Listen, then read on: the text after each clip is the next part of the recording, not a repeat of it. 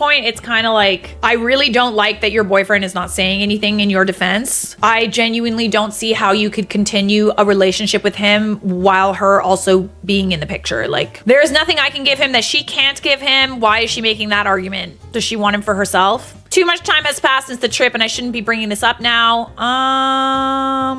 I mean, she also brought it up, so repeatedly referring to me as my boyfriend's friend and a guest of the family. Okay.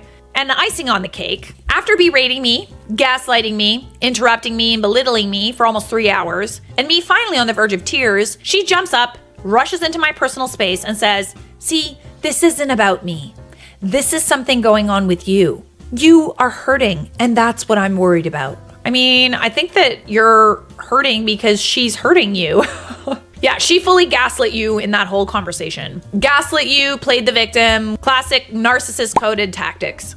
This is the thing about like setting boundaries is like, I've just found that more often than not, people just don't respect them. And they not only don't respect them, but they also somehow make it your fault. You did it. I didn't. You did it. What do you do? What do you do when you set boundaries towards someone and they gaslight you and make it your fault? Because like the only thing that I've found that works is cutting off that person. You can question, why don't they like me? Why has it gotten this way? Like, all these other things. You can blame yourself. And most times you will, because them instilling that like guilt in you does its job to the point where they never have to apologize for anything. Nothing is ever their fault. But more often than not, it's their behavior that's disrespectful. I just feel like other than maybe getting something off your chest, and maybe that would help you feel better, I don't see how continuing a relationship with someone like this is beneficial to you at all. So at that point, I walked out. I drove home, sobbing to my best friend on the phone about what had just happened, locked myself in the bedroom and cried myself to sleep. Needless to say, I was devastated because I was seriously doubting my relationship. I would be too, honestly. Like, I think in situations like this with controlling mothers, you really have to have a partner that is willing to back you up. I don't have the milk of mother's kindness in me anymore.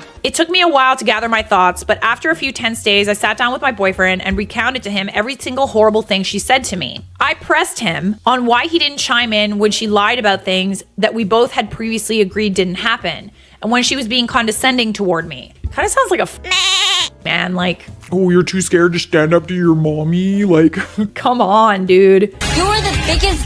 He admitted that he felt the need to be a neutral party in the conversation. That is bullshit. I'm sorry. I hate that argument. A neutral party? By not taking a side, you are taking a side. Being a neutral party and letting someone you supposedly love and want to spend the rest of your life with be disrespected in front of your face, you are choosing a side, and it's the side of the bully. I reminded him I walked into this conversation in good faith, that it was to clear up miscommunications, and instead, I felt like it was his family versus me, having to defend my character while being interrupted, insulted, and gaslit. I point blank told him that I nearly broke up with him that night, and every day since, but since my friend talked me down off that ledge, they acknowledged that we have something very special. Like, I understand he's a nice person, but he also sounds like a pushover. You push too hard, darling. I hate that.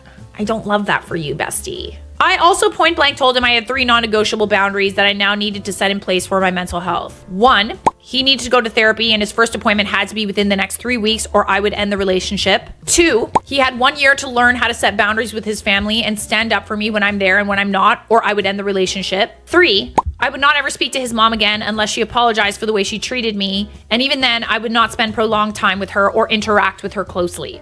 I think that's totally fair. I